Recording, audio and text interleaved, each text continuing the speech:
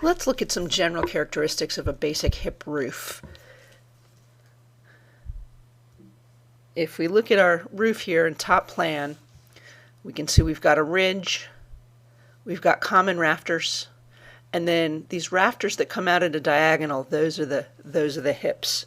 So if we look at in 3D, common rafters go all the way from the outside of the building up to the ridge. The hips come down at an angle, 45 degrees, and then any rafter that doesn't make it all the way to the ridge is a jack. And in this case, since we only have hips, these are all hip jacks. They're identical to commons. So the tail, the pitch, everything is the same. The only difference is they don't quite make it to the ridge. They bump into this hip that comes out at a 45-degree angle. So again, we've got our common rafters. The rafters right in the middle that go up to the ridge are oftentimes called king rafters.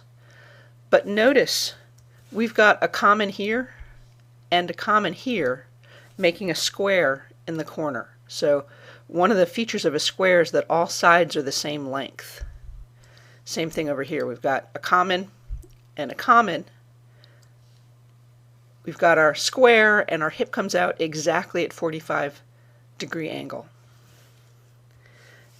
And then lastly, for our overhang, there are only eaves on a hip roof, right? On a gable roof, there are eaves and rakes, but here, the eaves are all horizontal to the ground, and the trim piece is called fascia. So we'll come back and take a look at some particulars of that, but these are just the general anatomy of a hip roof.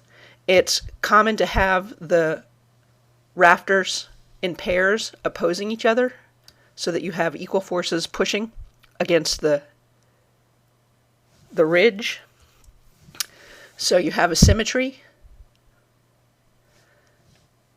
This might be an extra layout.